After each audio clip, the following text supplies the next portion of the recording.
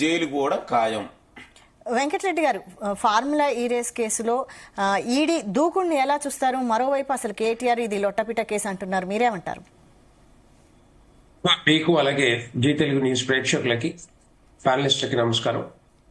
ఇప్పుడు case ACB పెట్టిన case లొట్టపీసి case అయితే హైకోర్టుకి వెళ్ళి క్వాష్ పిటిషన్ ఎందుకు వేసిండు, పెద్ద పెద్ద లీడింగ్ లాయర్స్ ని ఢిల్లీ నుంచి ఎందుకు పిలిపించుకుంటున్నాడు, అక్కడ వాదనలు ఎందుకు వినిపిస్తున్నారు, దానికంటే ముందుగా ఎప్పటి నుంచో మరి కాంగ్రెస్ ప్రభుత్వం కూడా లీకులు ఇస్తా ఉంది.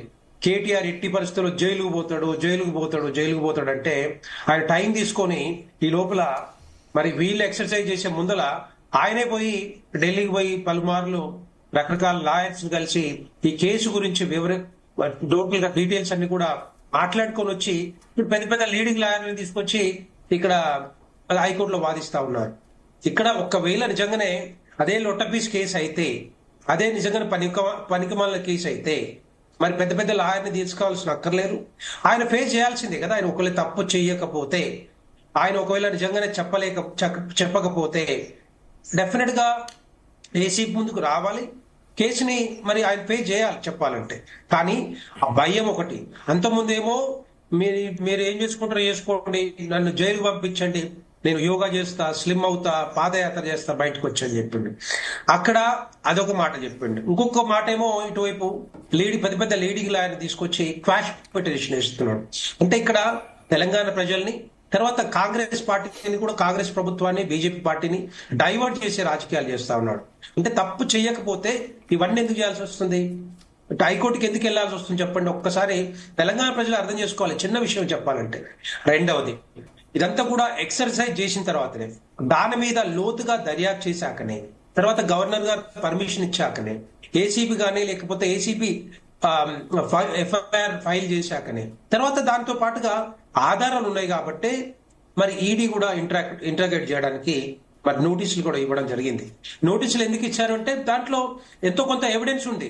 ఎందుకు అంటే అక్కడ 55 కోట్ల రూపాయలు నేనే పంపించమని చెప్పానని చెప్పేసి ప్రిన్సిపల్ సెక్రటరీ అరవింద్ కుమార్ చెప్పినని చెప్పాడు కేటీఆర్. అదే మాటలు, అదే ఎవిడెన్స్ సరిపోతుంది కదండి. ఇప్పుడు ఎవరైనా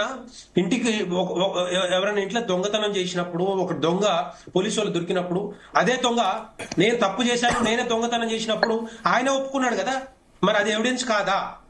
అది ఎవిడెన్స్ తీసుకోలేరా? అదే ఇప్పుడు కోర్టు పరిధిలో ఉంటాయి కాబట్టి కోర్టు డెఫినెట్ గా తెలుస్తాయి. అదే 55 కోట్ల రూపాయలు నేను పంపించమని చెప్పాను, పంపించారు. ఎట్లా పంపించారు? ఆర్థిక శాఖ అనుమతి లేదు, తర్వాత ఆర్బీఐ అప్రూవల్ లేదు, అక్కడ నుండి కేబినెట్ అప్రూవల్ లేదు, కేబినెట్ నోట్ లేదు, ముఖ్యమంత్రి గారికి లేదు.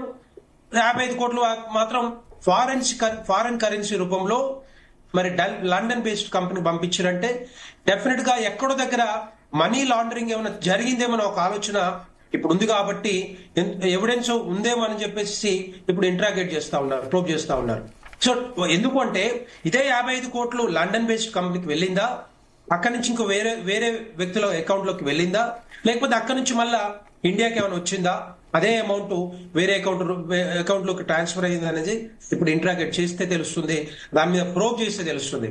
ఇక్కడ ఏమైనా మనీ లాండరింగ్ జరిగితే మాత్రం డెఫినెట్ గా ఆయన మీద కేసు ఫైల్ అవుతుంది. As per the court orders కానీ మిగతా జైలుకి వెళ్లే అవకాశాలు ఉంటాయి. ఇవన్నీ ఏంటంటే నేను ఇంకొక మాట చెప్పాలనుకుంటున్నాను. అదే లొట్టపీస్ కేసు అయితే, అదే పనికిమాల కేసు అయితే నిన్న ఏమన్నారు, మరి మీరు ఎందుకు ఈ అగ్రిమెంట్ ని రద్దు చేసుకున్నారని చెప్పి అంటున్నారు. రేవంత్ రెడ్డి గారికి క్వశ్చన్ చేస్తా ఉన్నారు, సవాల్ చేస్తా ఉన్నారు. ఒకవేళ నా మీద కేసు పెడితే మీ మీద కేసు పెట్టాలని అంటా ఉన్నారు. నేనేమంటున్నా అంటే అది కామన్ సెన్స్ కు ఆలోచిస్తే మీరు 2 సీజన్స్ అగ్రిమెంట్ చేసుకున్నారు. ఫస్ట్ సీజన్ అయిపోయింది, గ్రీన్ కో నెక్స్ట్ జెన్ కంపెనీ తోటి ఫస్ట్ సీజన్ అయిపోయింది. ఫస్ట్ సీజన్ అయిపోగానే రద్దు చేసుకుని వెళ్ళిపోయాడు. ఎందుకంటే ఆయనకు లాభాలు రాలేదు, అక్కడ లాస్ అయ్యింది కాబట్టి. సో సెకండ్ సీజన్ కి ఎవరు లేరు, అక్కడ స్పాన్సర్స్ లేరు. అదే స్పాన్సర్ ఇక్కడ హెచ్ఎండిఏ నుంచి 55 కోట్లు మరి కట్టి మరి దాన్ని నడిపిద్దామని ప్లాన్ చేశారు. అదే ఇక్కడ ప్రాబ్లం వచ్చింది. ఆయన సొంత జాగీర్ లాగా, ఆయన సొమ్ము లాగా. ఎందుకంటే ఒకవేళ నిజంగానే హెచ్ఎండిఏ నుంచి అమౌంట్ పంపించాలంటే హెచ్ఎండిఏ అప్రూవల్ కావాలి. అక్కడ 10 కోట్ల కంటే ఎక్కువ పంపిస్తే అది అప్రూవల్ ఇక్కడ కావాలి. ఆర్బీఐ అనుమతి కూడా కావాలి డెఫినెట్ గా. ఫారిన్ కరెన్సీ రూపంలో ఎక్కడ పంపించినా కూడా డెఫినెట్ కావాలి. దానికోసమేనే కదా 8 కోట్ల రూపాయలు ఫైన్ వేశారు, హెచ్ఎండిఏకి ఫైన్ వేశారు. ఎవరి డబ్బు ఇదంతా కూడా? కేటీఆర్ జేబుల నుంచి కడుతున్నాడా? ఇదంతా కూడా ప్రజల సొమ్ము, ప్రజలు కట్టాల్సిన ప్రజల సొమ్ము, ప్రజలు కట్టిన ఏది పన్నుల రూపంలో ఏదైతే గవర్నమెంట్ దగ్గర ఉన్నాయో ఇవన్నీ కూడా వేల కోట్లు, లక్షల కోట్లు తీసుకొచ్చి అప్పులు అన్ని తీసుకొచ్చి తెలంగాణని సర్వనాశనం చేసింది మరి బీఆర్ఎస్ ప్రభుత్వం, కేసీఆర్ గారు ప్రభుత్వం. ఇవన్నీ కూడా ఆర్థిక విధ్వంసం జరిగింది. ఇది ఒక్కటే కాదు, బోలెడు ఉన్నాయి. ఈవెన్ ఓఆర్ఆర్ విషయంలో కూడా 30 సంవత్సరాల కోసం 7,500 కోట్లు మరి అప్పనంగా ఒక కంపెనీకి కట్టబెట్టారు. 30 సంవత్సరాలు 1,00,000 కోట్ల పైన వచ్చేది. ఇదంతా మన డబ్బు కాదా? తెలంగాణ ప్రభుత్వానికి, తెలంగాణ రాష్ట్రానికి వచ్చే డబ్బు కాదా? ఎవరు ఇష్టం వచ్చినట్టు చేస్తూనే ఉంటారా? చేతిలో రాచరిక వ్యవస్థ ఇదేమన్నా ప్రజాస్వామ్య వ్యవస్థ కాదా ఇది? ప్రజలు ఎన్నుకోబడి ఏదో తెలంగాణ రాష్ట్రాన్ని బాగుపరచాలని చెప్పి తెలంగాణ రాష్ట్రాన్ని చేతులు పెడితే ఇష్టం వచ్చినట్టు చేస్తూ ఉంటారు. ఇది ఒకటి కాదు, కాళేశ్వరం. ఇప్పుడు తెలంగాణ కాంగ్రెస్ ప్రభుత్వానికి చిత్తశుద్ధి ఉంటే ఒకటి కాళేశ్వరం మీద గాని, మిషన్ భగీరథ గాని, కాకతీయ గాని, ధరణి భూముల మీద కూడా, ధరణి భూములు ఏ విధంగా కొల్లగొట్టిరో ఇవన్నీ కూడా టోటల్ గా రెట్రీవ్ చేయాలి. సాఫ్ట్వేర్ ఉపయోగించుకొని రెట్రీవ్ చేసి ఎప్పుడెప్పుడు ఓటీపీస్ జనరేట్ చేసిర్రో, ఎక్కడి నుంచి ఎక్కడికి పోయినాయో ఇవన్నీ కూడా బయటికి తీయాల్సిన బాధ్యత రేవంత్ రెడ్డి గారు తీసుకోవాలి. ఎట్టి పరిస్థితుల్లో తెలంగాణ రాష్ట్రాన్ని బాగుపరచాలని బాధ్యత మన మీద ఉంది, పార్టీలకు అతీతంగా ఉంది. ఇవన్నీ కూడా చేయాల్సిన బాధ్యత.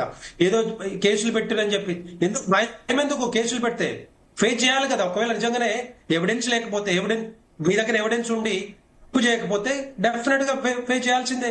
ఎక్కడైనా ఎవరైనా చట్ట పరిధిలో ఎవరైనా కూడా, చట్టానికి ఎవరు చుట్టం కాదు, చట్ట పరిధిలో అందరు సమానమే, అందరు బాల్